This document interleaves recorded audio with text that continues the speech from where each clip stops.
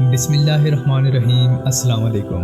شام سے ہجرت کے بعد حضرت ابراہیم علیہ السلام اپنی بیوی حضرت ہاجرہ اور اپنے بیٹے حضرت اسماعیل علیہ السلام کو مکہ میں چھوڑ گئے۔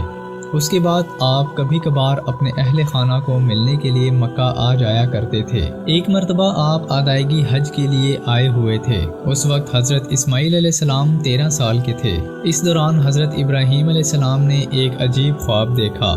یہ خواب اس عظیم پیغمبر کے لیے ایک آزمائش سے کم نہ تھا۔ انہوں نے خواب دیکھا کہ انہیں خدا کی طرف سے حکم ملا ہے کہ وہ اپنے اکلوتے بیٹے کو اپنے ہاتھ سے قربان کریں اور ذبح کر دیں۔ حضرت ابراہیم علیہ السلام جانتے تھے کہ پیغمبروں کے خواب شیطانی وسوسوں سے دور ہوتے ہیں، لیکن اس کے باوجود 2 راتوں میں بھی یہی خواب دیکھا، جو اس امر کے لیے لازم ہونے اور اسے جلد انجام دینے کے لیے تاکید تھی۔ کہا جاتا ہے کہ پہلی مرتبہ شب ترویہ یعنی 8 ذی الحج کی رات کو یہ خواب دیکھا، اور عرفہ اور عید قربان یعنی 9ویں اور 10ویں ذی الحج کی راتوں میں بھی خواب کا تکرار ہوا، لہٰذا آپ کے لیے اب اس میں ذرا سا بھی شک باقی نہ رہا۔ چنانچہ حضرت ابراہیم علیہ السلام نے اپنے بیٹے سے فرمایا، میرے بیٹے، میں نے ایک خواب دیکھا ہے کہ میں تجھے ذبح کر رہا ہوں، اب تم بتاؤ کہ تمہاری اس بارے میں کیا رائے ہے؟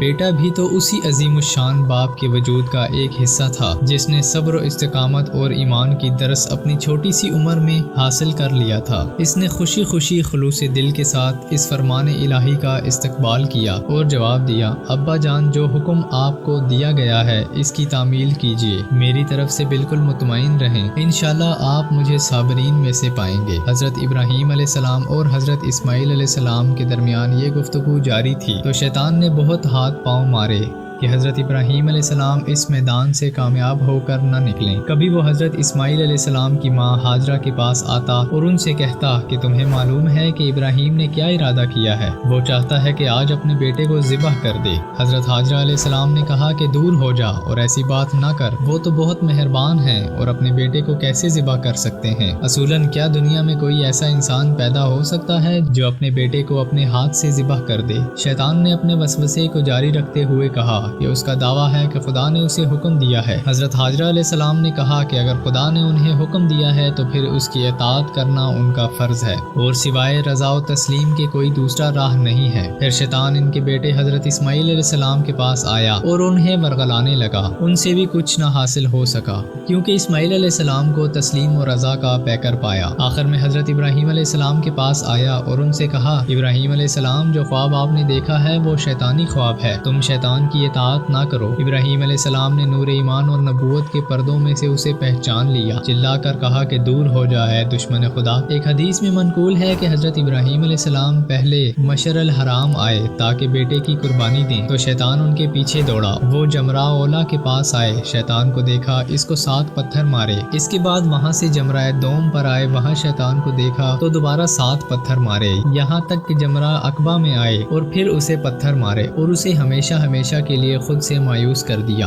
بعض مفسرین نے کہا کہ فداکار بیٹے نے اس بنا پر باپ کی اس ماموریت کی انجام دہی میں مدد کی اور ماں کے رنج و غم میں کمی کی۔ جس وقت وہ اسے زمین مینا کے خشک اور جلا دینے والے گرم پہاڑ کے درمیان قربان گاہ میں لائے تو بیٹے نے کہا، ابا جان، رسی کو مضبوطی کے ساتھ باندھ دیجیے تاکہ میں فرمان خداوندی کے عمل درآمد ہونے کے وقت ہاتھ پاؤں نہ ہلا سکوں، مجھے ڈر ہے کہ کہیں اس سے میرے اجر میں کمی نہ ہو جائے۔ ابا جان، چھری تیز کر لیجیے اور تیزی کے ساتھ میرے گلے پر چلائیے کہ اسے برداشت کرنا مجھ پر بھی اور آپ پر بھی زیادہ آسان ہو جائے۔ ابا جان، میرا کرتا میرے بدن سے پہلے ہی اتار لیجیے تاکہ وہ خون آلود نہ ہو، کیونکہ مجھے خوف ہے کہ میری ماں اسے دیکھے تو دامن صبر اس کے ہاتھ سے نہ چھوٹ جائے۔ پھر مزید کہا، میرا سلام میری ماں کو پہنچا دیجیے گا اور میرا کرتا ان کے لیے لے جائیے، جو ان کی تسلی کی خاطر اور تسکین کا باعث بنے گا، کیونکہ وہ اس سے بیٹے کی خوشبو سونگیں گی اور جس وقت دل بے قرار ہوگا تو اسے اپنی آغوش میں لے لیں گی، اس طرح یہ ان کے درد دل میں کمی کا باعث ہوگا۔ آخر وہ حساس لمحے آن پہنچے جب فرمان الہی کی تکمیل ہونا تھی۔ حضرت ابراہیم علیہ السلام نے جب بیٹے کی مقام تسلیم کو دیکھا، اسے اپنی آغوش میں لے لیا اور اس کے رخسار سے بوسے لیے اور اس گھڑی دونوں رونے لگے قرآن پاک اس بارے میں ارشاد فرماتا ہے، جب دونوں آمادہ ہو گئے اور اب ابراہیم نے اپنے بیٹے کو ماتھے کے بل لٹا لیا، بعض نے کہا کہ پیشانی خود ان کی فرمائش پر زمین پر رکھی گئی تاکہ یہ نہ ہو کہ ان کی نگاہ بیٹے کے چہرے پر پڑے اور پدری جذبات جوش میں آ جائیں اور فرمان خدا کے اجر میں رکاوٹ بن جائیں۔ بہرحال حضرت ابراہیم علیہ السلام نے بیٹے کے چہرے کو خاک پر رکھا اور چھری کو حرکت دی اور تیزی اور طاقت کے ساتھ اسے بیٹے کے گلے پر پھیر دیا، جبکہ ان کی روح جان میں تھی اور صرف عشق خدا ہی کی راہ میں کسی شک کے بغیر آگے بڑھتے رہے۔ لیکن تیز دار چھری نے بیٹے کے لطیف و نازک گلے پر معمولی سا بھی اثر نہ کیا۔ حضرت ابراہیم علیہ السلام حیرت میں ڈوب گئے تو دوبارہ چھری کو چلایا، لیکن پھر بھی وہ کارگر ثابت نہ ہوئی۔ اس موقع پر قرآن پاک میں ارشاد ہوتا ہے، اس وقت ہم نے ندا دی اور پکار کر کہا، اے ابراہیم، خواب میں جو حکم تجھے دیا گیا تھا تو نے پورا کر دیا۔ ہم نیکوکاروں کو اسی طرح جگا دیا کرتے ہیں، ہم ہی انہیں امتحان میں کامیابی کی توفیق دیتے ہیں، اور ہم ایسا بھی نہیں ہونے دیں گے کہ ان کا فرزند ہی ان کے ہاتھ سے چلا جائے۔ ہاں، جو شخص سراپا ہمارے حکم کے سامنے سر تسلیم خم کر دیتا ہے اور اس کی نیکی کو اعلیٰ حد تک پہنچا دیا جاتا ہے۔ اور اس کے بعد مزید کہتا ہے کہ بے شک یہ اہم اور اشکار امتحان ہے۔ جس وقت یہ کام انجام پا چکا تو حضرت جبرائیل علیہ السلام نے تعجب کرتے ہوئے پکار کر کہا، اللہ اکبر، اللہ اکبر۔ ابراہیم علیہ السلام کے فرزند نے کہا، لا الہ الا اللہ واللہ اکبر، اور عظیم فداکار کے باپ نے کہا، اللہ اکبر وللہ الحمد۔ اسی دوران اس غرض سے کہ ابراہیم علیہ السلام کا پروگرام بھی نہ رہ جائے اور خدا کی بارگاہ میں ان کی طرف سے قربانی بھی ہو جائے اور ابراہیم علیہ السلام کی آرزو بھی پوری ہو جائے، اور اللہ تعالیٰ نے ایک بڑا مینڈھا بھیج دیا تاکہ بیٹے کی جگہ اس کی قربانی کریں اور اس مراسم حج اور سرزمین مینا میں آنے والوں کے لیے اپنی سنت چھوڑ جائیں۔ چنانچہ قرآن کریم کہتا ہے کہ ہم نے ذبح عظیم کو اس کی فدیہ قرار دیا۔ اس ذبح کی عظمت کی ایک نشانی یہ ہے کہ زمانہ گزرنے کے ساتھ ساتھ ہر سال زیادہ وسعت پا رہی ہے۔ اس وقت ہر سال اس ذبح عظیم کی یاد میں 20 لاکھ سے زیادہ مینا میں جانور ذبح کیے جاتے ہیں اور اس یاد کو زندہ کیا جاتا ہے۔ اور وہ بڑا مینڈھا ابراہیم علیہ السلام کو کس طرح دیا گیا، اس بارے میں زیادہ تر مفسرین اس بات کے معتقد ہیں، کہتے ہیں اسے جبرائیل علیہ السلام لائے تھے۔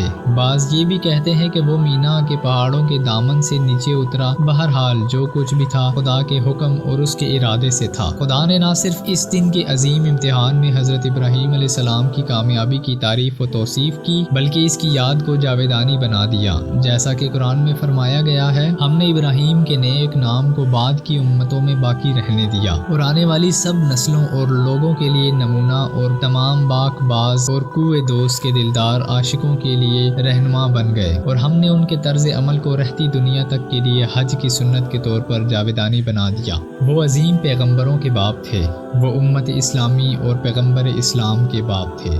امید ہے آج کی ویڈیو آپ کو پسند آئی ہوگی۔ اگر ویڈیو اچھی لگی ہو تو لائک کیجیے اور اپنی رائے کا اظہار کمنٹ سیکشن میں ضرور کیجیے، اور اس طرح کی مزید ویڈیوز دیکھنے کے لیے ہمارے چینل کو سبسکرائب کیجیے تاکہ ہماری ہر آنے والی ویڈیو آپ تک بآسانی پہنچ سکے۔ نیکسٹ ویڈیو تک کے لیے مجھے دیجیے اجازت۔ اللہ حافظ۔